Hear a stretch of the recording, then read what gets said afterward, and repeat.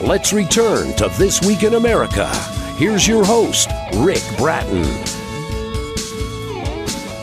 Welcome back, everybody, coast to coast. This Week in America.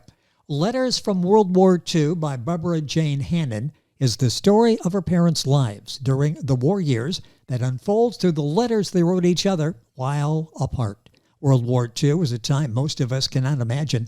Lives were interrupted, dreams and hopes put on hold while the war raged. Barbara's parents' lives were affected by her father's enlistment in the Army Air Corps. As a navigator on a B-17 bomber, he left for England to fly bombing raids over Germany, and her mother didn't see him for 2 years. Shot down parachuting out of a burning plane and captured by the Germans, he spent 16 months in a German prisoner of war camp. At war's end, stranded in the East Germany and under Russian control, the POWs almost did not get home until a dramatic air rescue was organized to get them out. A must-read story of one couple's lives during the war. After their deaths, Barbara found a box of letters, telegrams, other war documents from World War II that revealed her parents' lives during the war years. Although she says her parents never talked much about the war, the story of what happened to them that unfolded through their letters moved her to share it as an example of the strength, courage, and commitment of a generation that lived through an extraordinary time. Letters from World War II, a fascinating family memoir covering a soldier's bravery and sacrifices, and author Barbara Jane Hannon is our guest on This Week in America. Barbara, welcome to the program. A pleasure to have you with us. Hello. It is a remarkable story that you tell here. I'm so impressed by what you've done in telling this story, in keeping our attention and sharing all the emotions that your parents were going through during this period. What made you write the book? I mentioned finding the letters. What was it about that made you decide this is a book that I have to write? Well, I think my parents were not very different from other World War II vets in that they never talked about it. My parents never really talked about what happened. Although my sisters and I knew a few things about our dad in World War II, one of the things that we knew, Rick, was growing up, our family celebrated Jump Day every January 11th. My dad would come down from upstairs and throw his arms in the air and say, "It's Jump Day. Let's have pancakes." But, as little kids, young kids, all we knew about Jump Day was that our dad jumped out of an airplane with a parachute. We didn't really know why. We didn't know why he was on the plane. We just didn't know until we were older. And then really what we knew, what our dad told us, was that he was a navigator on a B-17 bomber. He had to bail out of the plane when it was hit by artillery fire and fighters. And then he was captured in a German prison camp. And then he got on a boat and came back home. That was about the extent of what we knew. And looking back, Rick, I never asked him. I never asked him to tell us more of the story. What we got were occasional comments and little stories, but they were all disconnected. I did not know his story. So when I found these letters, and especially all of these incredible historical documents, and started putting this story together, I was absolutely stunned at what he went through. I had no idea. And the more I learned about what happened to him and the more research I did, in the 8th Air Force and the 381st in this prison camp, I was just so stunned, and I became enamored of this story. And I think some of the reason I wrote the book is because there is a little sense of guilt here that I never asked him. I never asked him when I put his story together and realized how brave he was. Yes. I never got a chance to tell him that. So I just wanted to tell his story, and just a lot of that was for me and for my sisters. And that's why I did it. And it opened up this incredible world. As soon as COVID was over, I got on a plane and went over to his airbase in England, met the curator, and then I went to his prison camp in Germany and learned all about that and met the curator of the prison camp. And the more I learned about his story, the more I just felt this need to let somebody know. My parents were just two ordinary teenagers from Cedar Rapids, Iowa, when they met, and extraordinary things happened to them. And I just wanted to tell their story. Well, like so many, it is so powerful when you read the story that Barbara has put together, and in particular, it really goes inside the POW camp. I'm fascinated. We hear, and there were like, I think, 9,000 that were in the camp over there. We really don't know a whole lot about what happens there. What happened there? You've got what they had a college set up. Your dad was a bookie. Did I read that correct? That he had. Oh, my dad was a bookie. In the POW camp. They even had an underground newspaper. It didn't have a printing press, but they still got the paper out, didn't they? Mm-hmm. They printed it on toilet paper because the toilet paper was sort of hard paper, But those were all the things that I learned, and I was pretty astonished. There were some very shocking things for me, Rick. Yes. In the bottom of one of these boxes, there were German Reichsmarks. They were wartime German Reichsmarks. And then I picked up these red, white, and blue French francs. And I looked at these French francs and I thought, now, wait a minute.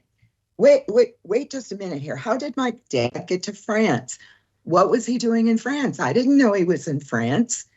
I called one of my sisters and said, did Daddy ever tell you he was in France during the war? And she was adamant. She said, no. He was in a German prison camp, and then he got on a boat and came back to this country. Discovering how my dad got to France and what he was doing in France was stunning, because I think one of the biggest stories in this book is how these 9,000 POWs were evacuated and rescued from this camp. Yes. It's a remarkable story. It's well documented. In fact, there is grainy YouTube video of it. And I think, a lot of people know all about Stalag Luft 3 because of The Great Escape and the movie Steve McQueen. They know the story of Dunkirk, but not very many people know about the dramatic rescue of these 9,000 POWs out of this German prison camp. And I just felt the need to tell the story. It's very dramatic, very stunning. And for most of us, how they us, got out of there. It's the first time we've heard that. You can imagine the logistics of moving 9,000 prisoners and getting them out when, you'll read that story unfold in Barbara's book, Letters from World War II. Barbara Jane Hannon is the author, our guest on the program. Her website is barbarahannon.com, HANNON.com. Book available wherever books are sold. Links on our website, thisweekinamerica.us. It's a remarkable story and so well told. It makes it even better because we follow, we see, we feel like we know your parents, your dad, and what he was going through over there. Talk about the effort, the organization that went into putting this together, because it's so well laid out. It tells a story in such a dramatic fashion. How long did it take you to put this book together? So it took me about 2 years. The funny thing is I took all of these letters and the boxes, the scrapbook to my house, and they sat in my house for 8 years. And then I needed a project because of COVID. And one morning made a big pot of coffee and got these boxes out and began to look through these. And it just took me a long time to put this story together. And the whole time I was thinking, all I would have had to do is ask my dad or ask my mother. But I never did. And I think it was a good journey for me to put the story together. And I had to do a lot of research. As I said, I went over to the air base in England, went to the actual prison camp, and just began to put this story together and find anything I could about the rescue of these guys, how they got out of there, the prison camp. And it was startling and it was stunning. And that was all done before I really was able to read these 85 letters. It was extremely emotional to read these letters between my parents from each place my dad was. And my mother's letters to him are absolutely stunning. Yes. What she did in her letters to keep his hopes up, to keep their future in focus, this positive, we're going to see each other again. I know we're going to see each other again, and our future's going to be great. My mother's letters are stunning, and people don't write letters like that anymore, Rick. No, they don't. No. They don't. And then you can tell my dad's letters from prison camp how appreciative he is of her letters, and that he was just living for the day that he could see her again. And these stunning, stunning letters. And I was so moved by how my parents dealt with this. In 85 letters, there is not one single word of why me? Why did this happen to me? Poor me, this terrible war. Nothing. Just my father wrote to my mother. It was clear in England that he was getting, I would say, more frightened getting up in this plane every day. And he wrote to my mother, it gets harder and harder to get in the plane every day because you don't know what's going to happen, and your life hangs suspended until you see the coast of England again. But I signed up for this job, and I will do it to the best of my ability, no matter what. My dad wrote that to my mom. And all the time, if you know a lot about the 8th Air Force during World War II, when my dad was flying in 1943 and early 44, it was a slaughterhouse up there, Rick. Yes. His chances of getting to 25 missions was 25%, 1 in 4 in those years before the 8th Air Force sort of got control of the skies over Germany. And the particular raid that he went down on, they had no fighter coverage because of the weather. They were just sitting ducks out there. And even if you bailed out of a plane, you only had a 50-50 chance of getting to the ground. German Luftwaffe pilots like to take pot shots at parachutes. It was something I just was stunned to think about. And it was hard. My dad saying, I'll do it to the best of my ability. It's just a stunning commitment to me. And I'm just very proud of him. Well, and you should be, and your mother for the support that she gave, and you sense that hope, that optimism, while at the same time being aware of the situation, but the optimism that she brought to keep his spirits up, and he doing the same for her. It's just a remarkable book, Letters from World War II by Barbara Jane Hannon, Hannon. Her website, barbarahannon.com. Information on the book there, and of course you can order the book there as well. So many points as you're reading through this that are like wow moments. One is that telegram that arrives January 23rd of 1944 saying that basically your father's missing over Germany. Talk about that and what you felt was the impact of that and how life's changed dramatically for your father and for your mother. Well, as I said, I had no idea when Jump Day was, 1944, 45. I really didn't know. And the very first thing I found in the box was the telegram you just described. And I looked at the date and it said January 23rd. In my mother's scrapbook, this is so kind of eerie, she had cut out these articles from our local newspaper about various air battles and the 381st and the 8th Air Force. one of the articles that she had pasted in this scrapbook was an article on this big air battle that went on January 11th over Germany, where 24 B-17 bombers were lost. At the time that she pasted that in, the article, I think, was dated January 15th. My mother had no idea one of the bombers that went down was my dad's. Oh, geez. And just to think about that, she did not know until she got a telegram on February 17th that he was reported as a prisoner of Germany by the International Red Cross. And I thought for 37 days, my mother did not know if my dad was dead or alive. And then what did she know? He was a prisoner somewhere in Germany. It wasn't until April that the War Department sent her another telegram saying he was a POW at Stalag Luft 1, Bart, Germany. His POW number is 2172. You may write him at that address. And I just thought of this time period with my mother. She didn't know if he was dead or alive for 37 days. And then she didn't know where he was. It was winter. I could just see my mother, Rick. Is he warm? Does he have warm clothes? Does he have food? Is he injured? She didn't know.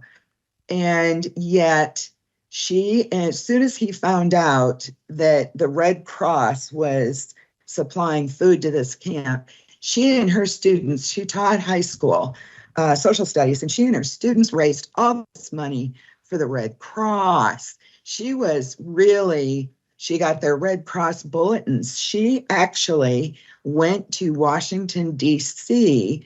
She was invited to some hearings on the status of the POWs, in World War II and the POW camps. She got on a train in Iowa all by herself, went out to Washington, D.C. to be at these hearings. I mean, she was just really just totally dedicated, to helping him. And I am very impressed with what my mom did. And I knew she missed him. You can hear it in her letters. She wrote this stunning letter that said, "Darling, you wait there and I'll wait here. And soon we will never have to wait anymore." She just wrote these letters that were just stunning. And I know that it just kept my dad's spirits up, and very proud of how they behaved. They're beautiful letters to read as you're reading those. And I, of course, don't know your mother and your father, but they come alive. And these are people, and these are people in very difficult circumstances that are doing their best to get through. He's trying to help her. She's trying to help him. Yeah. Those words are so powerful, the way that they are written and the way they were able to communicate. Boy, time has gone by so quickly. A couple of minutes left.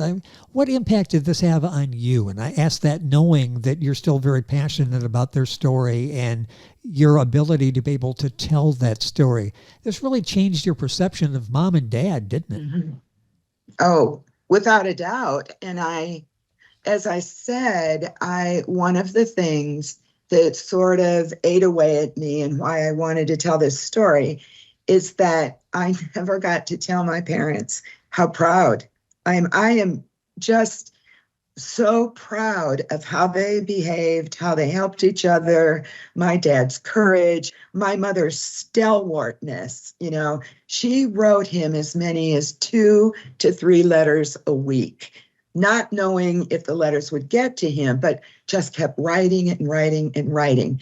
I mean, I am extremely proud of her and my dad, but I also have a very different view of this whole World War II generation. Yes. I don't think my parents acted very differently than others of that generation. Their commitment to the war, unwavering commitment to this country and to this war was stunning to me.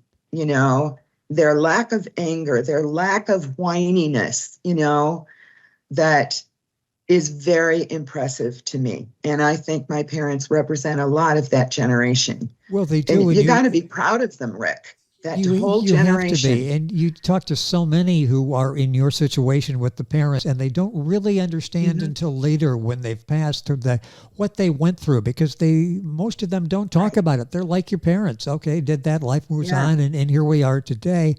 And I wonder if you would have tried to press your parents more and talk about it, if they even would have discussed it. In many cases, I think they would have shared with you. But when I look back, I just never really asked my dad. I never really sat down and said, tell me. I think he would have, but, the subject didn't come up. And then all of a sudden you're a teenage girl, and the only thing that matters to you is your life. Not your parents' life, And that is a big sort of regret for me. And I have heard in emails from other people who have seen my book, and they write me and say, my grandfather was on a destroyer. I don't know anything. I do have some letters. How did you put that into a book? Can you help me? I want to learn and to tell my grandfather's story. So I think there's a younger generation out there who is interested. I certainly know that my father's grandchildren and now great-grandchildren are pretty interested. And I just think we cannot forget these stories, and we cannot forget this generation. And we just need to read about them and hold them in our hearts. This whole entire generation. Well, you've done that so well. We're stunning. In Letters from World War II, one review described you as a writer/curator, and I think that curator role is so important. You're sort of a guardian of all of this, aren't you? All of the records, the documents that you have. When you started, and I've got a couple minutes here, but I'm wondering as we're talking, when you started going through and you saw everything that was there, did you have any idea of the story that was about to unfold as you went through all of the documents? No. As I said, these little mysteries began to crop up. Yes. One mystery I will tell you very quickly is I looked at a medical record for my dad in 1942 when he went originally to flight school, and his weight, Rick, was 165 pounds. At St. Valery, France, after the war, he had a medical exam. He weighed 124 pounds. Wow. So that's just one of the mysteries. I thought it was a mistake. How could he lose 40 pounds? And then, the search and the research was on what happened in this prison camp. So that piqued my interest and kept me going. Where did these French francs come from? It was those things. There was a commendation to my dad as the lead navigator for the 533rd from Winston Churchill. I picked this up out of the box, and there was Winston Churchill's signature and a big WC, number 10 Downing Street under it. I'm like, this is a commendation to my dad, First Lieutenant George Hannon. And I thought, my dad had this. He never shared it. It was just, I can't tell you what this whole experience was like. Well, I just had to know. I had to know. Sharing that with everybody, that gives us a whole new perspective. One review called this a true love story for the ages. Another one saying worthy of a Hollywood movie. And that is, I think of that, I can see this unfolding as a movie, the whole progression of the story here. Has there been any talk of a possible movie from the book? Because none of that was ever my intention, with this, I don't know if have you seen Masters of the Air? Oh, yes. The Apple series. I watched that, and, Crosby, the hero, he was a navigator, just like my dad. Yes. And I watched that, and I thought they should take this series one step farther, and, show this dramatic rescue, with all these B-17 bombers sneaking in under the Russians, in dire fear that the Russians were going to shoot their planes down to get these guys. And I thought, this is just another piece of that story. But that was my dad. He was Crosby, the navigator on that show. But Of course, I think, Rick, you talk to lots of authors.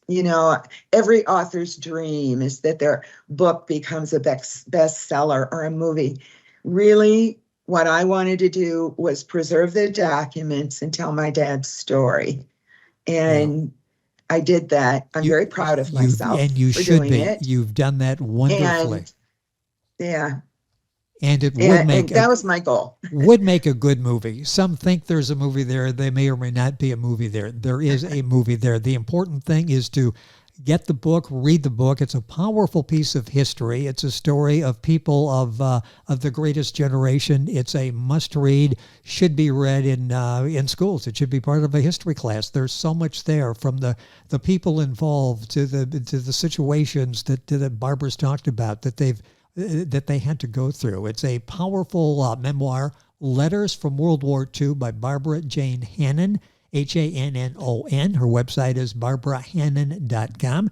The book available wherever books are sold. I'd like to thank Reader's Magnet, the self-publishing and marketing company, for arranging our conversation with Barbara today. Barbara, it's real. I got 14 more pages of questions here to talk about. Hopefully we can do this again. Thank you so much for being with us. A job well done. You made history come alive. You made the story of your parents come alive. Job well done. Thank you for sharing the story with us. Thank you. You're welcome. Barbara Jane Hannon is the author of the book, Letters from World War II. Her website, barbarajhannon.com. Actually, take the J out, barbarahannon.com. A link on our website, thisweekinamerica.us. We're back on today's program right after these messages. This Week in America is online. You can visit our website, thisweekinamerica.us. Scott Pinkerton, Associate Producer of This Week in America. Jay Anderson, Segment Producer.